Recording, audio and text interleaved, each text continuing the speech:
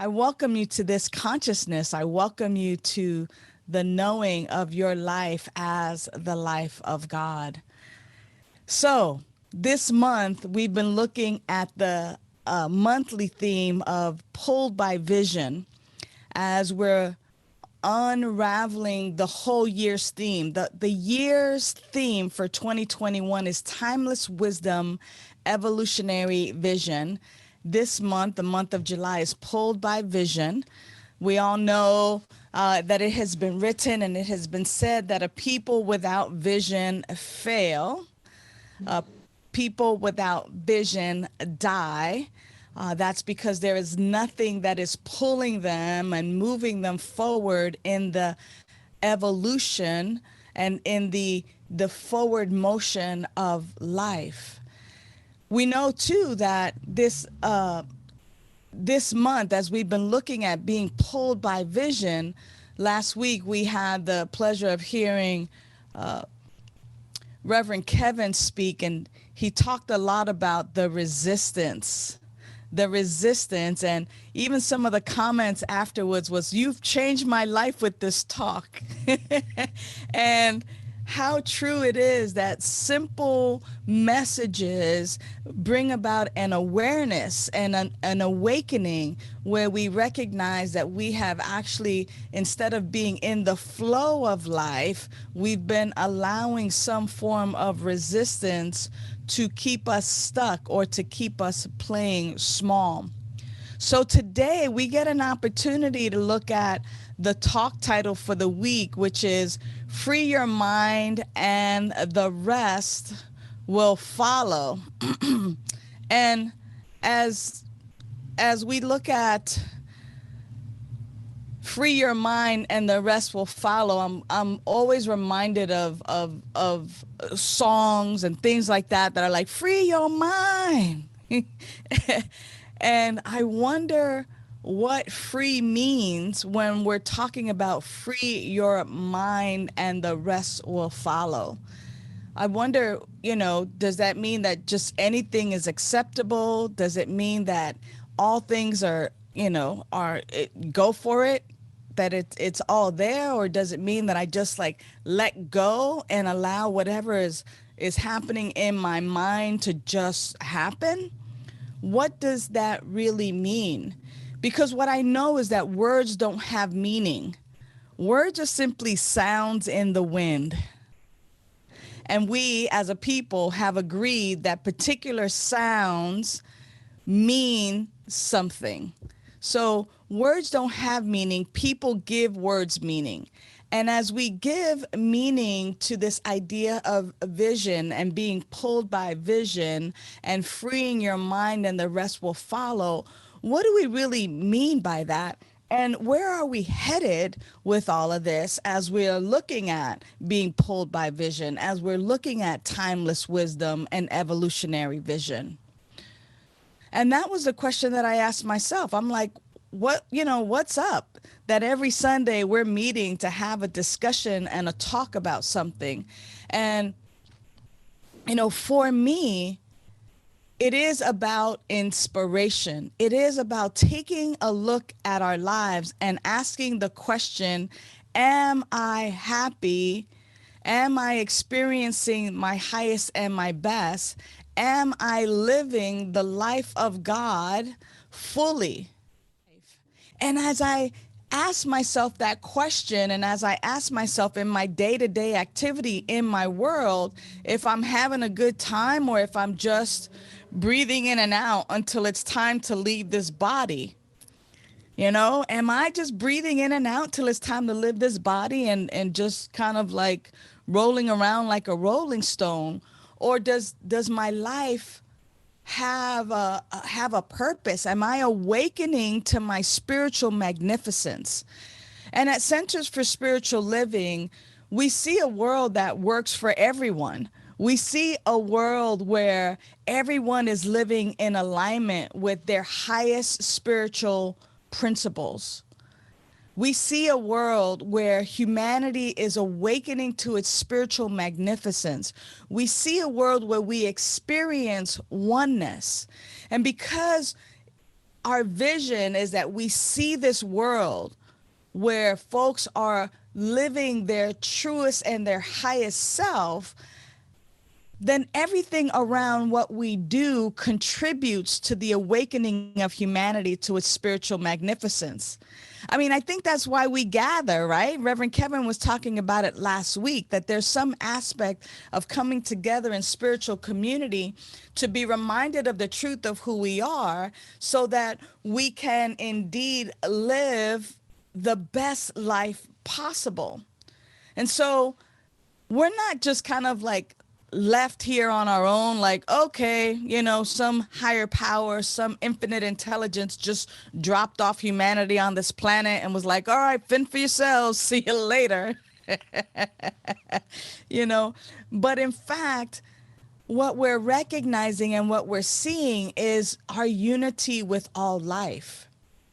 And to the degree in which we recognize that for ourselves, it is to that degree that we actually begin to live in cooperation with life. And we begin to feel that freedom that we were feeling in that meditation that George led us through.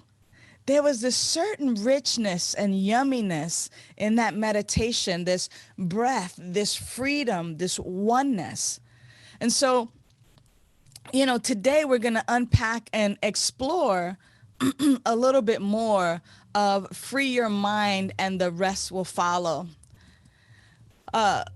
Patricia Diane Cota Robles says, trying to change physical conditions without changing my consciousness is like trying to change the reflection in a mirror without changing the object causing the reflection. That is hilarious. Trying to change the conditions without changing my consciousness is like trying to change a reflection in a mirror without changing the object causing the reflection. How many times have we all really tried to have a different outcome, and that outcome is not what we are seeing and that we're experiencing? And it is simply because we have not changed the consciousness that has created that. It is the level of our consciousness of our thinking and being. Now, here's what's interesting. What's interesting is that as we develop and grow, there are four levels of consciousness, and I'll share that with you right now. I learned this from my mentor, Dr. Michael Bernard Beckwith. And in stage one, before we come into spiritual teachings, and even while we're simply living our life, many people believe that life happens to us, that life is happening to me. This happened to me, that happened to me. Oh, it's their fault. I'm living in fear, and there's no control whatsoever. And so we live in this quadrant, and we know what that is. We know what that's like. Many of us have lived in that quadrant and in that stage before, that life is happening to me. And then we enter spiritual communities, or we begin to read scripture or other inspirational books. We begin to practice the laws of manifestation and creative thinking and things of that nature, and we release and we give up blame. What happens is we gain control of our lives, and we access responsibilities, and we gain these spiritual tools. We learn spiritual mind treatment, and we learn how to speak our word. And we learn how to manifest and create a palace, a prince or princess. We learn how to create parking spots. We learn how to draw onto us those things that we want. Now, it's interesting to know that many YouTube channels and many people have come up teaching this idea of manifestation. As a matter of fact, even Centers for Spiritual Living and religious science has been has been credited with, the power to manifest and the power to create and things of that nature. And it's great because we learn how to do that, and we get to think, oh yes, I'm in control. I am the captain of my ship. And as we do that, our life begins to get what we think is better, right? We clean up, we get sober, we get a house, we get a car. It's just like, oh yeah, this stuff is really working. I put my mind to it and I speak the word, and it comes to me. I'm like this telegraph. And we've been credited for that for many, many years. However, that is not where we stop. That is not the fullness of our teaching.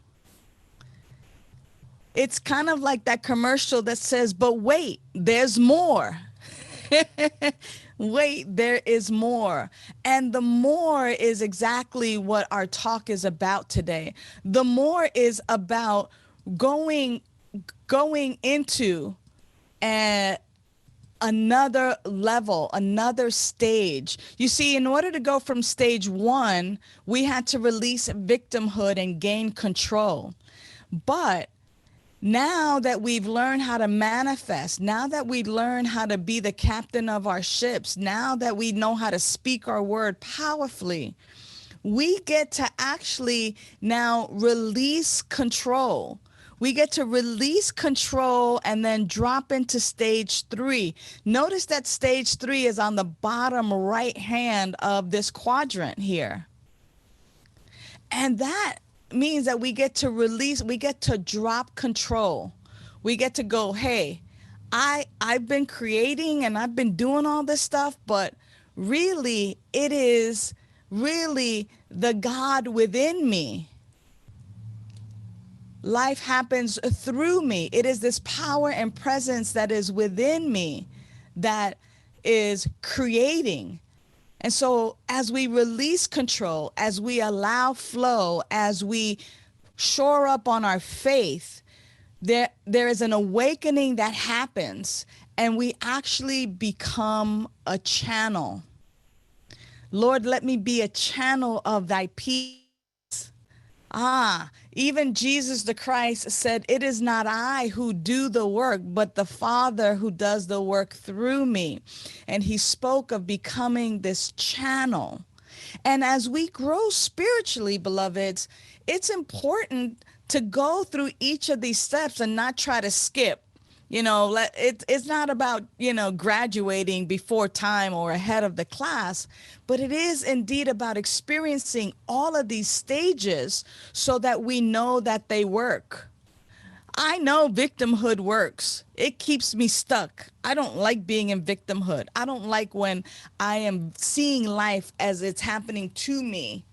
I feel burdened. But then somehow or another, I pick myself up. That's where that pick myself up by the bootstraps, and I begin to manifest and create my life. I'm the one in charge of it. And as I begin to manifest and co-create and get all the quote unquote things I think are going to make me happy, I know that that works. I know that I can powerfully speak my word. I have manifested all kinds of things in my life and created all kinds of things and circumstances and conditions in my life. And yet there is more. The spiritual growth that we're talking about today, when we're talking about free your mind and the rest will follow, is about surrendering and free falling.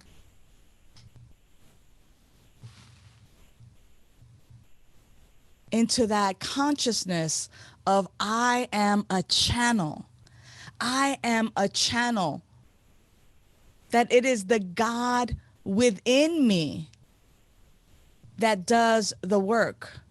And the question then becomes is, how do I release control? Now, I remember playing this game, if you're happy and you know it, clap your hands.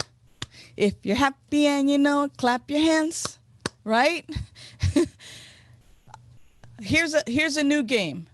If you're a control freak, raise your hand. If you're a control freak, raise your hand.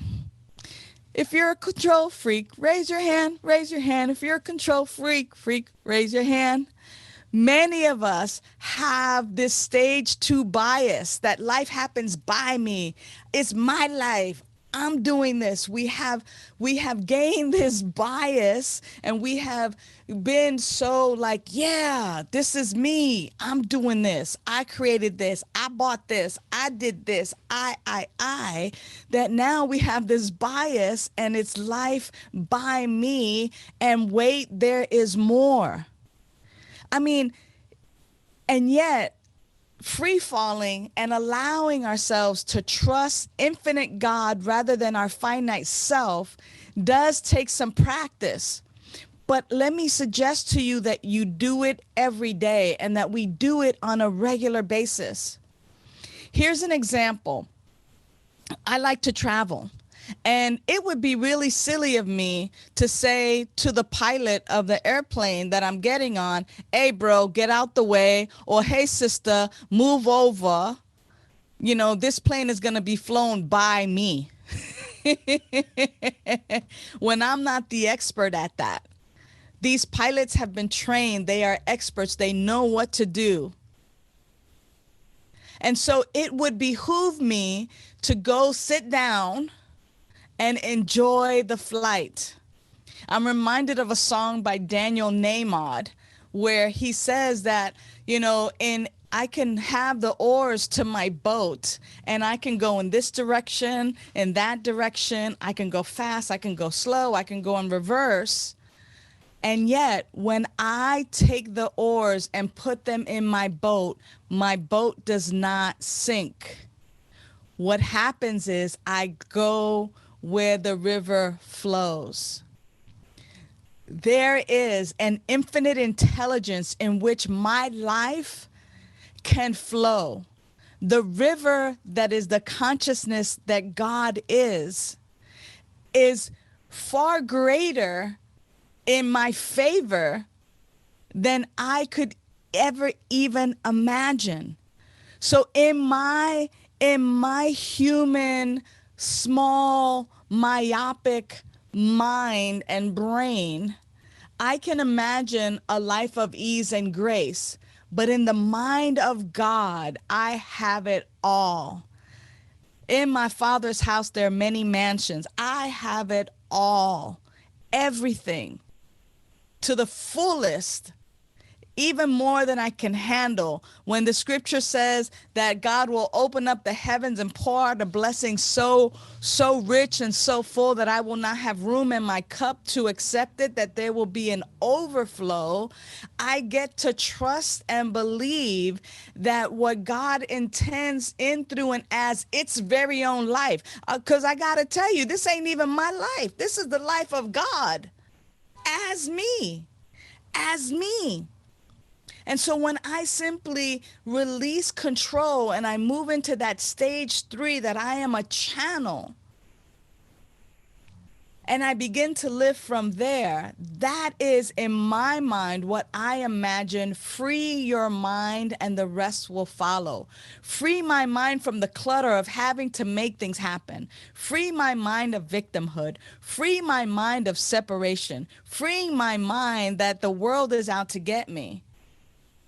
And when I allow myself to free my mind, it is then when spirit can occupy my life fully. I remember the Occupy movement not too long ago, right? Remember Occupy Wall Street and Occupy this and Occupy that. Allow spirit to occupy your life. That was the meditation.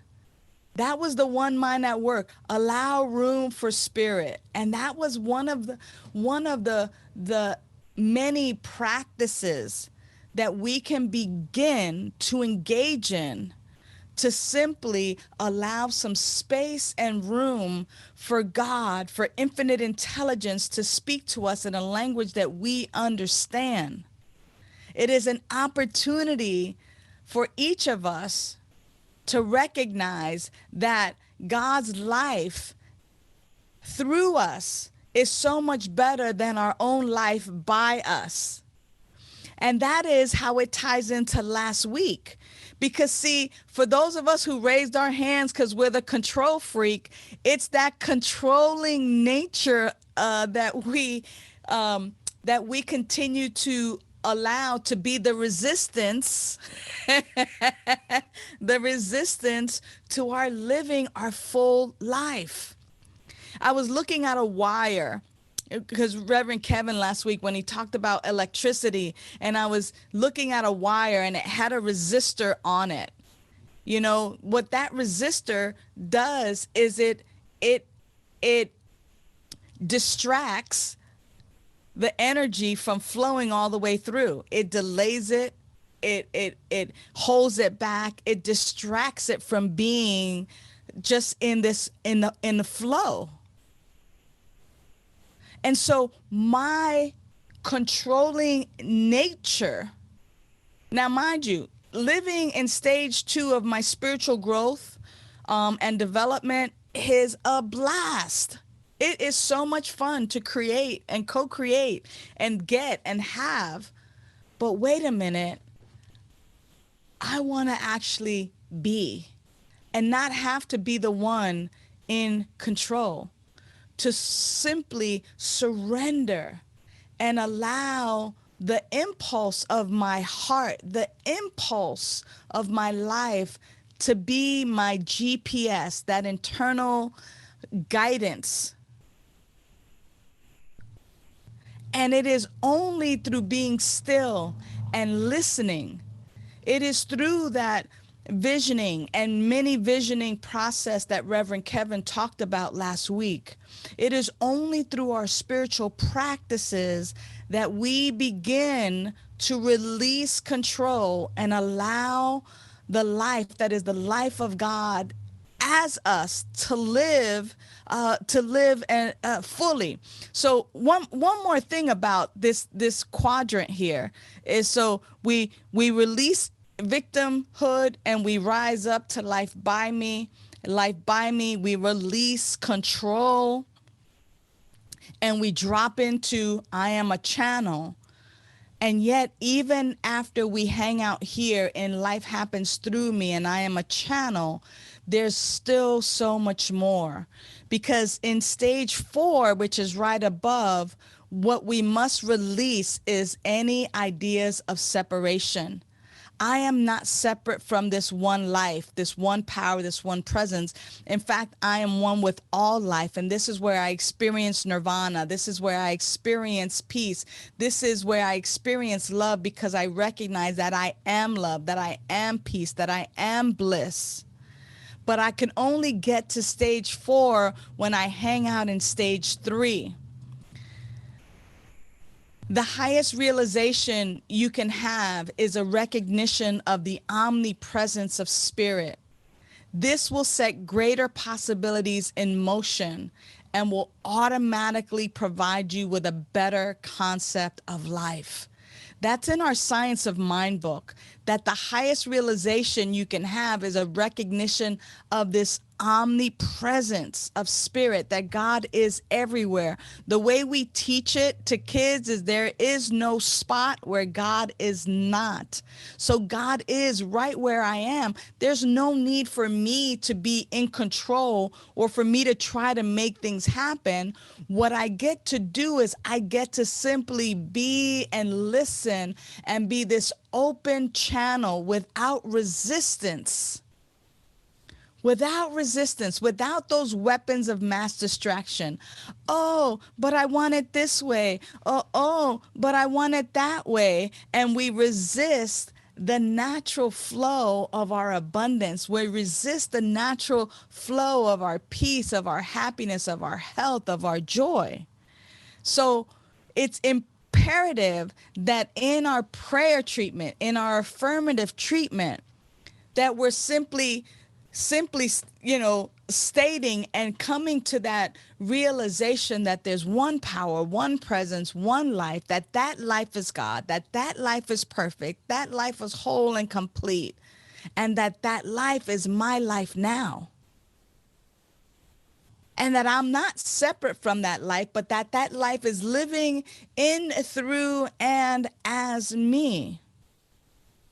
And when I begin to free my mind from the clutter that people are out to get me, that life is not for me, that I have to struggle, that even in believing in separation, when I begin to free my mind of that clutter, it is then when I fully begin to live,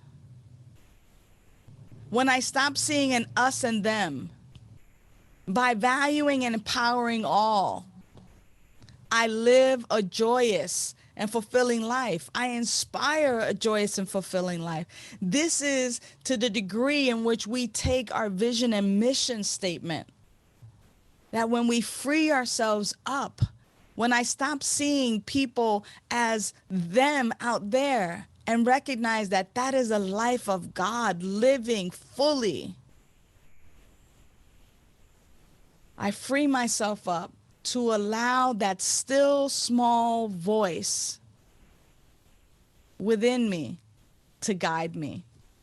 Now, I heard one of my friends today talking about that Netflix series Manifest, about the people who were on a trip and who decided that they were going to go ahead and get the $400 credit and let someone else get on the plane because it was overbooked. And then when they took the quote unquote the next flight and they landed, they realized that they landed 5 years later. I don't know if any of you have heard of it, right? But imagine, you know, imagine what that is like, you know, and what's happening for them internally is that there's something different and there's something off, but what they're tuning into is this idea of a calling, that there is something speaking to them in a language that they understand. And my question to you is are you still enough to listen and to hear the calling of your soul, calling you to a freedom beyond your wildest dreams? Are you open enough to practicing being still, to listen to that still small voice, not the stinking thinking, not the resistance, not that they're out to get me, not any of that, but to listen to that still small voice that is your internal GPS? Because it is then when we're in our meditation, in our affirmative treatment, it is then that when we're in our visioning, that we begin to actually recognize the beauty of allowing spirit to be our guiding force.